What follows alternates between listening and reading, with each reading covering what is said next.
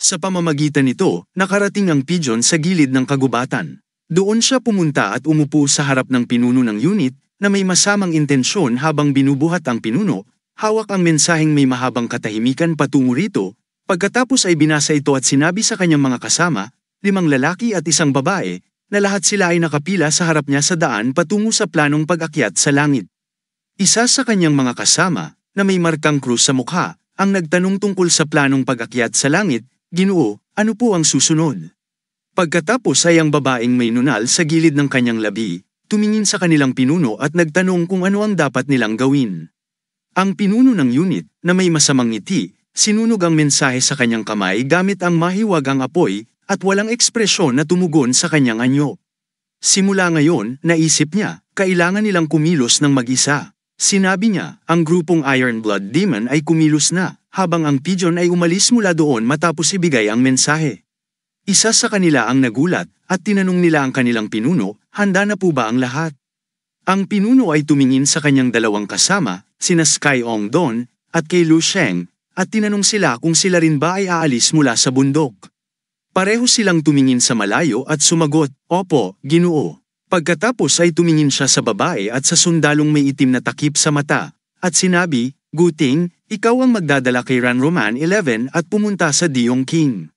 Pareho silang tumingin sa kanya, itinaas ang kanilang kaliwang kamao at sinalubong ito ng kanilang kanang palad, at tumugon, Opo, Ginoo.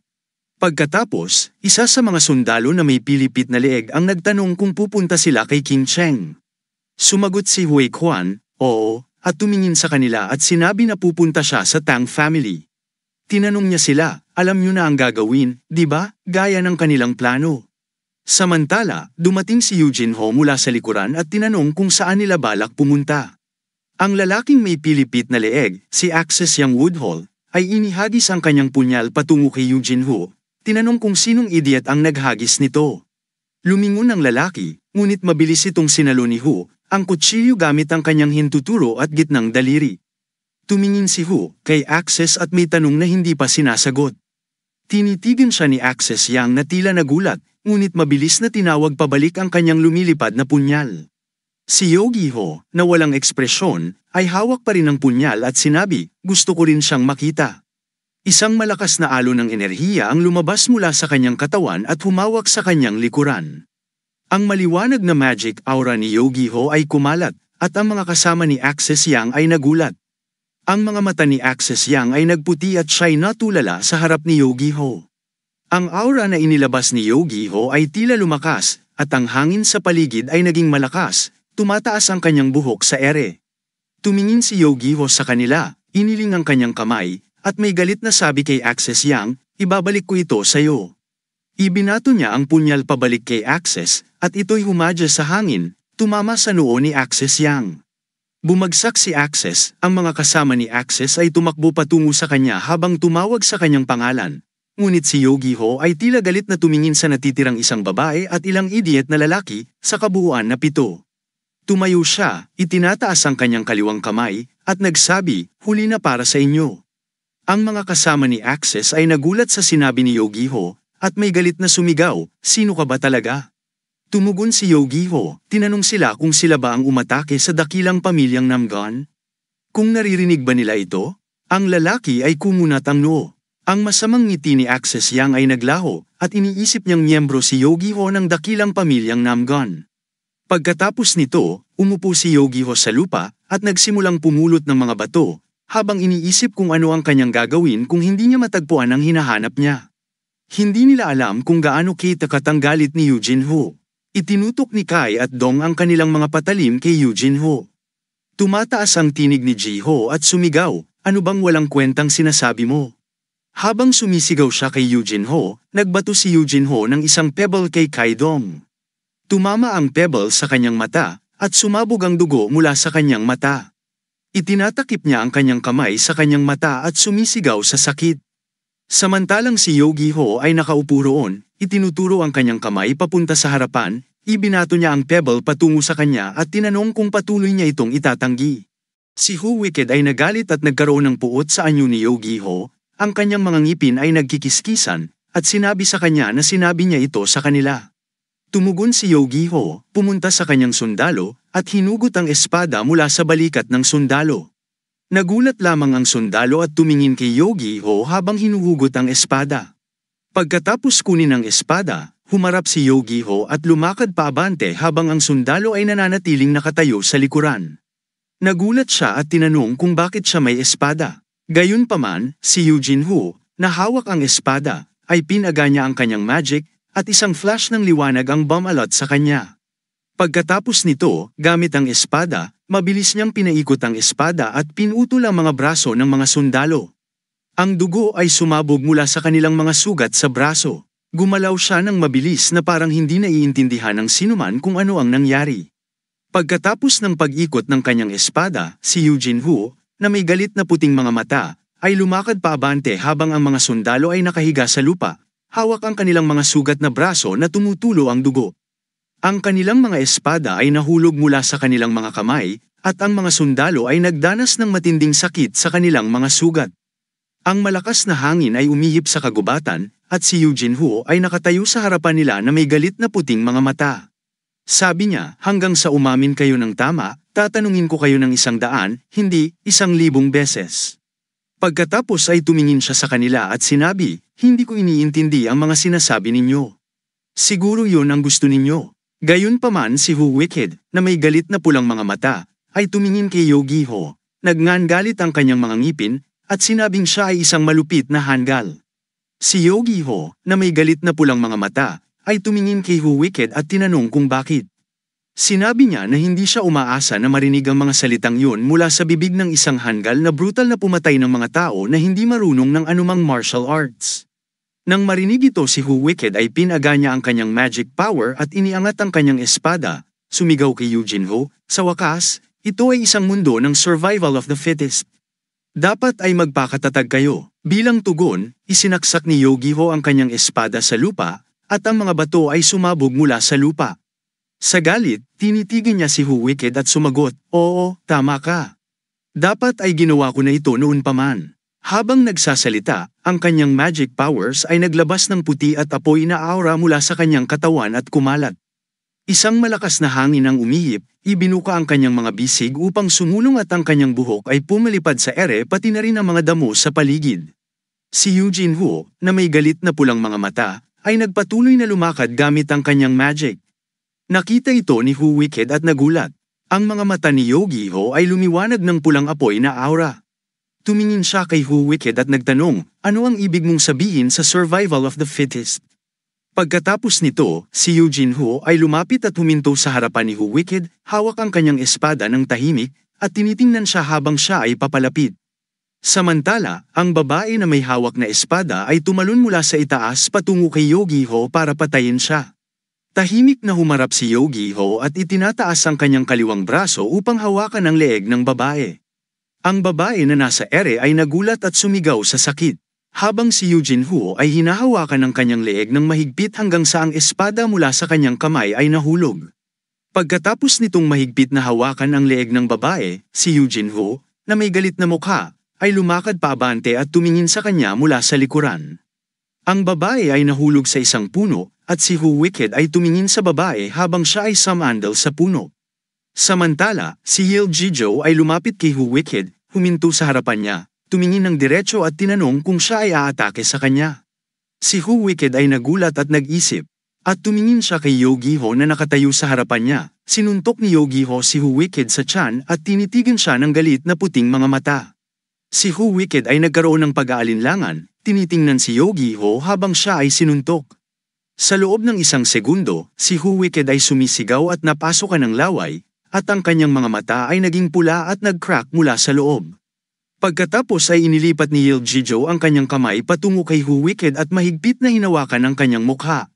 Si Hu Wicked ay sumigaw, at si Yogi-ho ay itinulak siya pabalik, itinatagilid ang kanyang mukha sa lupa. Habang siya ay itinataas sa lupa, ang alikabok at mga bato ay sumabog mula sa lupa, at si Hil Jiho na nakaharap sa kanya ay hinahawakan siya ng mahigpit, ginigiit ang kanyang mukha sa lupa at nagiging sanhi ng mga pinsala. Pagkatapos nito, hinawakan niya siya sa buhok, at galit na tinitingnan siya. Sabi niya, huwag kang mag-alala, dahil wala siyang intensyon na mabilis siyang patayin. Pagkatapos nito, si Yil Jaiho ay nakipag-clench sa kanyang kamao at iniunat ito patungo kay Hu Wicked, sinabing ibabalik niya ito sa kanya ng 100 beses at kinagat ang kanyang mga ngipin.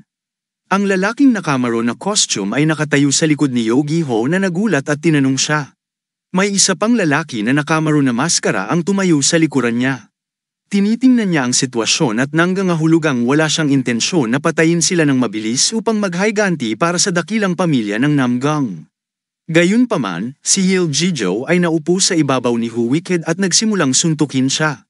Ang dugo ay dumadaloy mula sa mukha ni Hu Wicked at ang lalaking nakamaro na costume ay nagulat sa kung ano ang mangyayari sa kanila kung sila ay matutuklasan. Tumingin siya kay Yogi Ho na sa galit ay patuloy na sinisipa si Hu Wicked at iniisip na nakakatakot kahit naisipin ito. Si Yogi Ho ay nagdudulot ng higit pang sakit sa pamamagitan ng kanyang kagandahan. Ang mga ngipin ni Hu Wicked ay nabasag, ang kanyang mga mata ay naglalabo, ang kanyang mukha ay natakpan ng dugo, at ang kanyang bibig ay nagsimulang bamuka. Ang lalaking nakamaro na costume ay nagpasya na humingi ng pahintulot at nakatayo sa likod ni Yogi Ho. Iniabot niya ang kanyang kamay, humihiling na maghintay at huminto sandali. Sinabi niya na kahit gaano kawalang awa ang kalaban, baka hindi niya iniisip na tama ito. Si Yil Jaiho na may galit na pulang mga mata ay tumigil sa kanyang kamay, at sinabi ng lalaking nakamaro na costume na, dahil maaari pa ring makakuha ng impormasyon mula sa taong yon, pakiusap, itigil na ni Yogi Ho ang paghawak kay Hu Wicked sa kwelyo, iunat ang kanyang kamao patungo kay Hu Wicked upang suntukin siya, at sumagot sa galit sa lalaking nakamaroon na costume na ayaw niyang gawin ito. Ngunit nagdidilim na at isang malakas na hangin ang umiihip sa paligid. Si Yogi Ho ay nasa likuran ng lalaking nakamaro na sundalo, at pinunasan niya ang dugo sa kanyang mukha na may galit na mukha. Tumingin siya sa harapan at sinabi na pakiramdam niyang marumi siya ngayon. Pagkatapos ay tinawag niya si Han Chao at humingi ng alkohol. Iniabot ni Han Chao ang bote ng alak, sinasabi, narito. Kinuha ni Yil Jaiho ang bote ng alak mula sa kanyang kamay. Binuksan niya ang bote at nagsimulang uminom. Habang si Han Chao ay nakatayo sa likuran, tinitingnan siya ng ginto. Matapos uminom ng alak si Yil Jaiho, ngumiti siya at pinunasan ang kanyang mukha, sinasabing masarap. Pagkatapos nito, ibinalik niya ang bote ng alak pabalik sa likuran upang mahuli ng lalaki. Ang lalaki na may itim na buhok at nakamaro na costume ay nagtanong kay Yogi Ho, si Eugene Hu ay may bastos na mukha, at sinagot siya, nagsasabing pasensya na hindi siya makakamit ang hinihingi niya. Tinuturo ni Yogi Ho ang Hu Wicked kung gusto niyang itanong yon. Ang lalaki na may maroon na buhok ay umikot ang kanyang ulo at tumingin kay Hu Wicked, at sumagot kay Eugene Ho, sige, aalamin ko kung sino ang nagbigay ng utos sa kanila.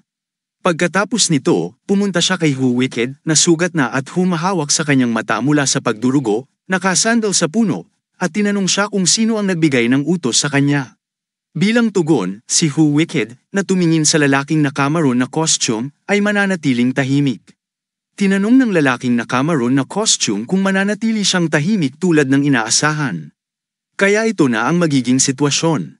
Pagkatapos, may galit na mukha, tumingin siya kay Hu Wicked at sinabing alam niya kung paano makidil sa mga taong tulad niya. Mayroong 12 ng mga pamamaraan ng pagpapahirap na maaari niyang maisip. Siyempre, may ilan sa kanyang mga taga-suporta na mas magaling kaysa sa kanya.